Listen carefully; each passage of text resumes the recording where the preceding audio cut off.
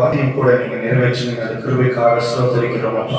புதிய ஆண்டுக்குள்ள போகும்பொழுது அவர்களுக்கு ஷாலோம் உண்டானதற்காக நன்றி. புதிய வாக்குத்தத்தத்தை கொடுப்பீராக ஆண்டவரே. இந்த ஆண்டை காட்டிலும் வருகிற ஆண்டிலே இரட்டத்தனையான ஆசீர்வாதங்களால் நிரப்புவீராக. வசனம் சொல்லுகிறது, அபிஷேகத்தினாலே நுகங்கள் முறிந்து போகும் என்று. ஆண்டவர், உம்முடைய வல்லமையான அபிஷேகம் இந்த வீட்டிலே இறங்கட்டும் அப்பா.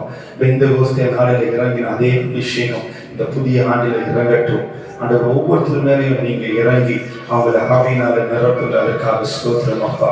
ஆண்டவரே, நீர் புதிய ஆசீர்வாதங்களால ஆண்டவரே அப்பா, நல்ல சுகத்தினால ஆண்டவரை புதிய ஆண்டில வழி நடத்தும்படியா நாங்கள் செபிக்கிறோம். சொன்னதை செய்யவும் கைவிடாத தேவன் அவங்களோடு கூட இருந்து அவங்க என்னென்ன காரியங்கள் செய்யறாங்களோ அது எல்லாத்தையும் நீர் வாய்க்கப்படுவீராக, ஆசீர்வதிப்பீராக. நீ அப்படியே சில கிருபைக்காக நன்றி. இது மாத்திரம் பெருகவும் நாங்கள் சிறுகவும் தாழ்த்தி அர்ப்பணிக்கிறோம். ஏசுபா மூலம் ஜெபத்திலும் நல்ல பிதாவே, ஆமென்.